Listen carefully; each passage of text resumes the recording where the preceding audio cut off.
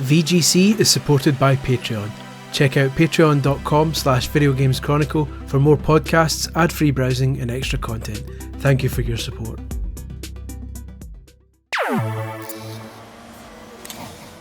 Hello there and welcome to VGC. My name is Chris Scullion and this is my review of Forza Horizon 6 on Xbox Series X and S and PC.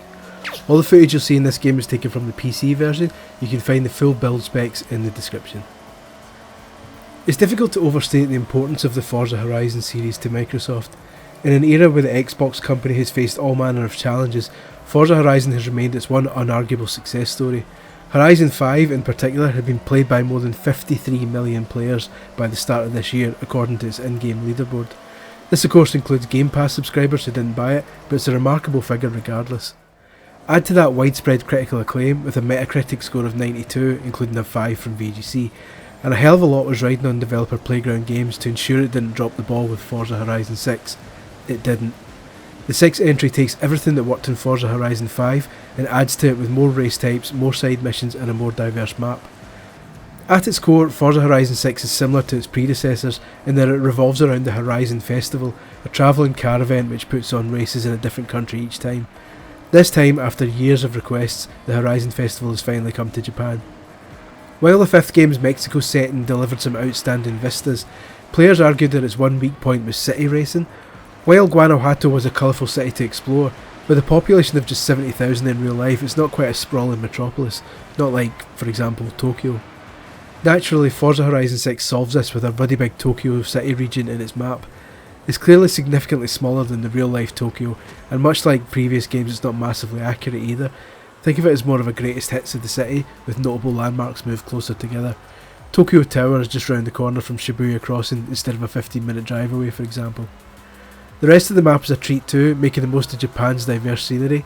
The countryside has a number of lovely smaller towns in it, while shrines are dotted around in the forests. There's a coastal area, and right up at the top of the map is a snowy mountain area. It's a big improvement on the Mexico map, as long as you weren't emotionally attached to its dunes. Other than the odd beach here or there, you won't find much sand this time. During its initial reveal presentation, Xbox made note of the fact that Forza Horizon 6's career progression differs from that in the previous games because you're not part of the Horizon Festival right away and have to earn your wristband first. Don't put too much stock in this. You're entered into qualifiers almost as soon as you arrive in Japan and you get your wristband after the first few races, so it's not like this is a rags to riches story. It's only the first of numerous wristbands you pick up along the way, mind you. Forza Horizon 6 splits up its progression system into two distinct categories: the Horizon Festival itself and Discover Japan, a group of non-sanctioned races and other events separate from the official festival. The Horizon Festival events are dotted around the map and will be familiar to those who played previous games in the series. You're looking at road races, dirt races, cross-country races and time trials, as well as PR stunts like speed traps, speed zones where you have to hit an average top speed over a stretch of road, danger signs, drift zones and the like. Completing these earns you Horizon points, and as you hit certain milestones you unlock special showcase events, racing a giant mech, zooming round an obstacle course on a pier, racing 2 stunt biplanes, that sort of thing. Complete a showcase and you'll earn the next colour of wristband, unlocking the next batch of Horizon events on the map. And once you get all 7 wristbands you unlock a special section of the map called Legend Island, along with the final batch of races. Obviously won't spoil these, but there are some fun variations there. As for the Discover Japan events, there's a bit more variety here. There are still some standard races, street races, which mostly seem to take place at night, and togue races, where you zoom down twisty mountain paths, but a lot of this section focuses on exploration of the game's large Japan map. You gain Discover Japan points for taking photos of landmarks, knocking over the 200 small mascot statues dotted around the map, going on day trips, where a tour guide gives you facts about Japan and the cars you're driving, buying houses, collecting and upgrading cars, and other things like that. My favourite of these Discover Japan categories is the food delivery missions. Located in the middle of the Tokyo City area is Raku Raku Express, a small food delivery company in the style of Uber Eats. You can take on delivery jobs for this company to earn extra money and Discover Japan points when you hit certain experience tiers, but rather than straight fetch quests, each one has a different gimmick attached. In one job the food you're delivering hasn't been properly mixed, so you have to hit a certain number of drift points before you reach your destination to ensure it's been shaken around enough. In another you have to maintain a certain speed and will fail the job if it drops below that for too long. It's nothing earth shattering, but it's enough to ensure that what could have become a monotonous side quest doesn't feel repetitive. As with the Horizon Festival, there are 7 tiers to unlock in the Discover Japan section, stamps instead of wristbands this time, but there are far more points than you need, meaning you can unlock them in a way you prefer. I reached the final tier through a combination of hitting mascots, doing street races, taking photos and doing food deliveries, but you could just as easily do it by taking part in Drift Club events, focusing on collecting cars and going on day trips instead.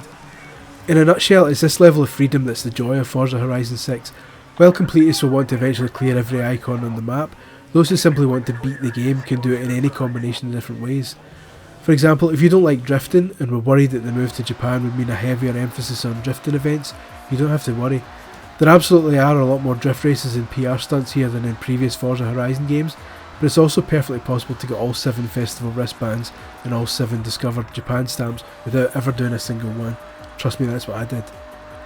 Along the way you'll be constantly unlocking new cars, not just by buying them with the money you earn, but getting them as rewards for certain milestones.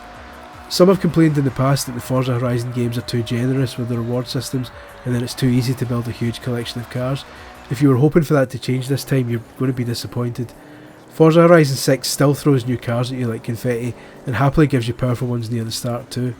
This isn't game breaking because the official Horizon Festival events have specific cars to choose from, and while the unofficial Discover Japan races often let you pick any car you want, they tend to choose opponent cars that closely match the power of the one you chose. Cars remain a dream to handle. Playground Games has this down to a fine art by now, and whether you're belting down the highway at 260 miles an hour in a comically overtuned car that can barely turn, or swinging yourself around winding hairpin bends in an old Subaru Impreza like a reborn Colin McRae, it's never not satisfying. It's also gorgeous. I played most of the game on a high-end PC, so naturally you'd expect it to look fantastic there, but it also runs great on Xbox Series X, whether you're playing on the 60 frames per second performance mode or the 30 FPS quality mode. The last game was no visual slouch and that carries over here. It also runs surprisingly well on the Asus ROG Xbox Ally X. I had my doubts that a massive graphically detailed open world game would perform acceptably on the handheld, but it pre-downloaded the appropriate shaders on the first boot and, recognising it was running on the ROG Xbox Ally X, it recommended its own visual preset. The result's a game that looks sharp on the handheld screen yet moves at a near solid 30 frames a second. I tried it out of duty more than anything, but ended up putting 4 or 5 hours into it on the handheld. Whatever route you take to the end game, one thing remains a constant: this is a large game. It took me more than 50 hours to reach the last tier of both the Horizon Festival and Discover Japan, and even then there were still plenty of incomplete icons on the map and a large number of collectibles to tick off. Anyone considering 100% completion is looking at hundreds of hours of gameplay here. There's a reason these aren't annual releases. That's before you take the live service element into account too. At the time of reviewing the game, Playground Games had yet to start its first festival playlist, the studio's name for Seasons in Forza Horizon.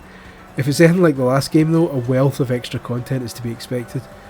Forza Horizon 5 is currently in its 59th monthly season, each of which has featured time limited goals which let players unlock new cars and other items. At times Playground Games will also add new decorations or features to the map, meaning it constantly evolves. Expect to see the same thing happening here too, meaning you'll never be without something to do even if you manage to clear the main map. For now, this review can only be judged by what's put in front of us, and even if Playground Games was to suddenly have a bizarre change of heart and never release a single online update, there'd still be enough in the base game to make it not only the best Forza Horizon game so far, but one of the best racing titles ever made. Anyone with even the slightest interest in the genre should consider this a definite must-have. Forza Horizon 5 is already an exceptional racing game, but Forza Horizon 6 takes everything up a notch to deliver an even more engaging, entertaining and all-encompassing experience. There's an absolute wealth of racing, exploring and collecting to do here, and that's before the inevitable live service updates start adding even more content. Few games are as essential as this.